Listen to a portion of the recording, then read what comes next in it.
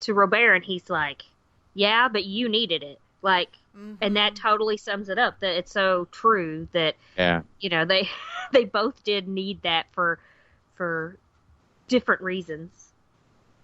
Yeah, absolutely, absolutely. See, the thing is, like, what I kind of wanted from Robert out of this episode was the fact that, like, I wanted him to just be happy with the fact that he has a wonderful family. Yeah. It's like Picard is like out there in space and, yeah, all this adventuring and all these accolades, but at the end of the day, he doesn't have a family, Mm-hmm. to share life with, and so it was like, where's that lesson in all of this? But Yeah. it almost makes you wonder if he's always just harboring these ill feelings toward his brother. Like, Marie will be like, "Can you help me set the table?" And be like, "Jean-Luc wouldn't help you set the table," or whatever. Or if it's just Picard coming back, that's what really, really brought it out. Yeah. Yeah. I think it's definitely Picard coming back, because it's not like Robert and Jean-Luc both were like vying to become starship captains, and Jean-Luc beat his brother out and he was forced to stay home. No, Robert never wanted that life. He was just like their father. He was all about the traditions and working the land and sticking, not having a replicator in the house and cooking still like over an open flame. Like he wanted this life. He got this life. He's successful at it, even though it's the future and nobody has money because it's not important anymore. But like, he's got a vineyard that is producing wine that people are enjoying and talk about and say, "Oh my gosh, Chateau Picard has the best red wine in all of La Bar. Don't go anywhere else. Go to his vineyard." So it's like, he has a great life, but it's Jean-Luc coming back that really sets it all off of like, oh, I can't even have this. Like, you've got to come back and take the spotlight from me here in my own backyard, literally. Like, I think that's exactly what it is. Yeah, I guess. I mean, there's only so much we can do in 45 minutes, right? Especially when you're going to dedicate some of the time to that bullshit Wesley Crusher. I know. But on the flip side, like, Especially when we need to see Jack Crusher for some reason. it never felt like there was any kind of like romantic relationship between Robert and Marie. It was almost like he was her father or something. There's not a lot of like, there's like a lot of like little It's hugs it's not like I need a sex scene between the two. No. I'm just saying it would have been nice. It would have been nice just to see like a tender moment between those two, a hug or a peck on the cheek or something like that, Yeah, I mean, to show that family does matter to him. Yeah. And I don't, instead it's her wanting to get a replicator and him saying no.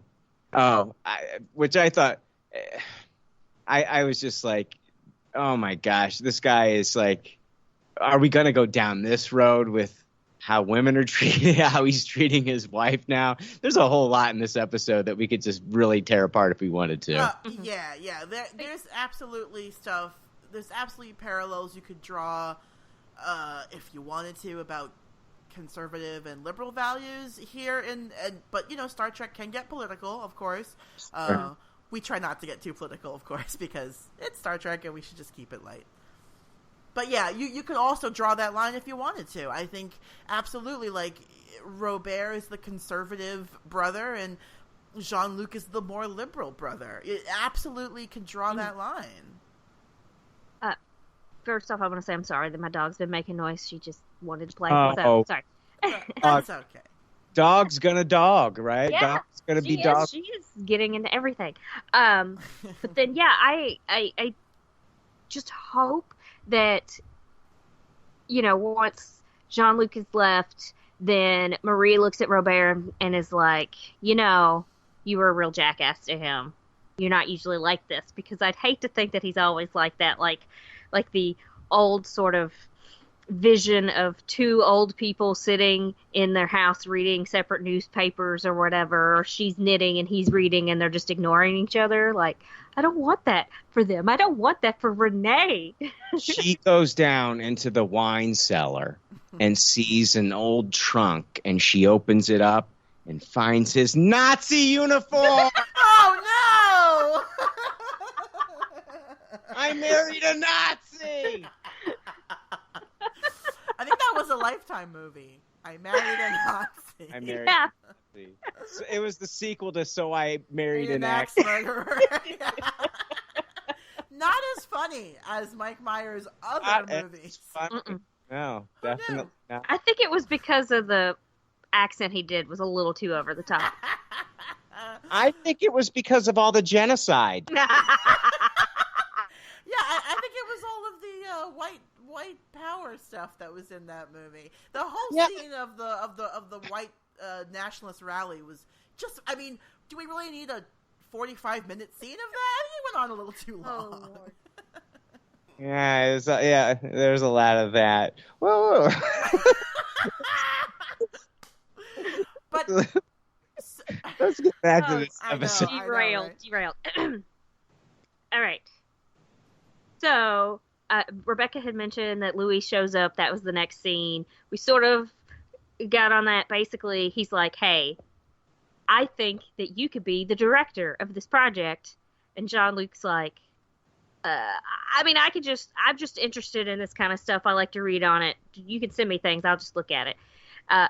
Yeah. And then we find out later that Louis has just told the Board of Governors that, hey, we're going to have a meeting with him so you can see that he's the best guy for the job. It's like, what a way to go, Louis. Yeah. I actually really like his friend Louis. I think he's very, charming and very funny. I think he's great. But yeah, he definitely, jumps on this idea of, oh, maybe my old friend will settle down here on Earth again and we could work together. Wouldn't that be fun?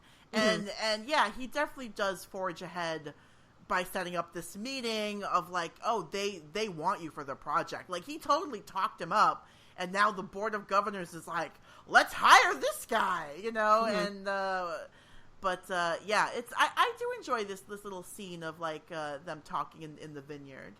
Mm-hmm. Yeah, they kind of catch up on what's happened in the last 20 years. How many times Louis has been married and all that kind of thing. Yeah. I still feel like there's a little bit of him that is oh, yeah, it'd be cool for my friend to be home, but also he's kind of famous. Maybe that'll move me up some. I feel like there's a little bit of him that's kind of looking out for himself, but not completely, because he is excited that it's his friend. Sure. And they can hang out, but I don't know. But yeah, he's a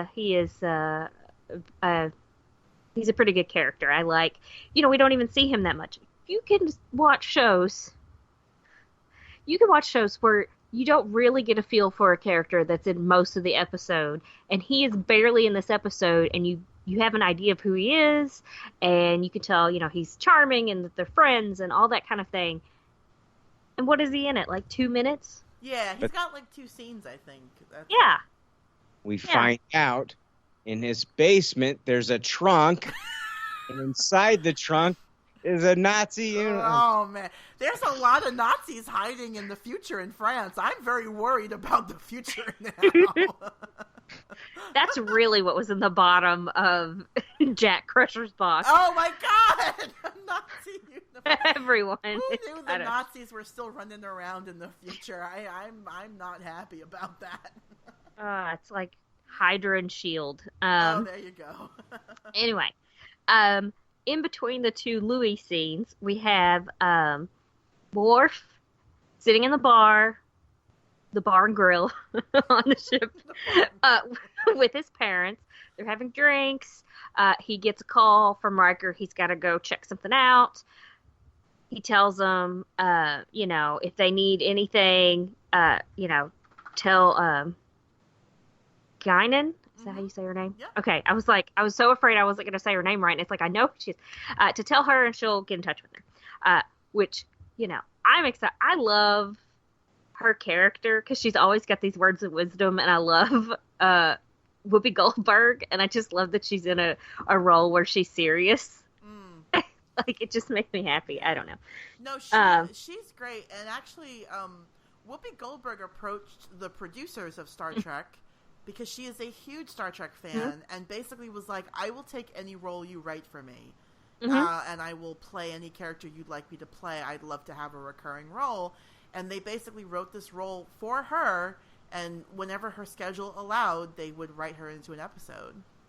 Yeah, that's pretty cool. Anyway, so we see, they are going into the vagaries again. Maybe we should tell him. Well, I don't know, but he's our son. And, again, the first time you see this, you're like, what is going on? Like, is one of them dying? Why are they having all these conversations with other people? You sort of, because, you kind of figure, they asked Geordi how he was. And then they say, they talk to all the crew members or whatever, and that everybody likes Worf. So you assume that's sort of the end of it. But then when they walk off by themselves, it's kind of like, what's going on? Right. That wasn't the end of it. And so that's when Guinan comes up, and she's talking about people stare off into space, and they, looking for their home planet or star or whatever. And,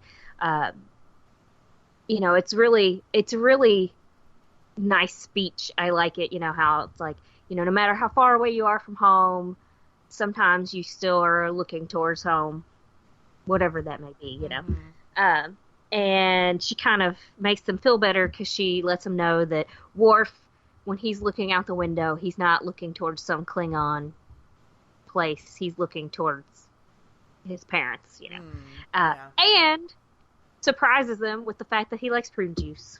Yeah. Worf's got to stay regular on the Enterprise, you guys. Listen, he's a big dude, eats a lot of road cake, blood pie, eats a lot of gach. You gotta stay regular. I mean, the all meat diet. Yes, you really, pretty much. Yeah, you definitely, when you're eating all meat, you need a natural diuretic. 100%. I do love that Worf loves prune juice in the Star Trek universe. Do you think the hemorrhoids on a Klingon's ass are the same ridges that they have on their forehead? I 100% think they are. I think they're like inverted. So then they're like, yikes! Oh. You think like they would have some kind of super science stool softener for him, Nope, just prune juice. Just prune juice. Science hasn't cracked that one yet in the future. Oh, hilarious. Anything else about this scene from you guys? I think it's a really sweet scene. I do love, Guinan kind of just chatting with his parents and being like, people could, other parents could learn a lot from you. Like, you really let him develop on his own. And you just did the best that you could. And I think it's a really sweet little moment. I liked it too. I know. I think you guys both summed it up fantastically. So then comes the scene where Louis comes back and is talking about this meeting and all that. I forgot to mention, in the scene when we see Picard in the office, he's sitting at like this computer thing, I guess, reading about this information and all that, and pondering whether he wants to take this job or not. And I just laugh because nowadays you just like, oh yeah, I'm going to read this all on my cell phone, and then it's still like this big like Apple One computer. Well, it is funny too how the computer he's reading it on is very clunky, but it kind of fits like the home that he's staying in, right? Because right, true. They don't even want a replicator. This was probably he didn't bring that with him. That's true. It's probably like an original IBM that his brother's been saving, for hundreds of years or whatever. But it's a family heirloom. It is a family heirloom, and listen, my iPhone would be a family heirloom for them too. But You're right. It's a very clunky computer, and you would think like he just downloaded all like onto a pad or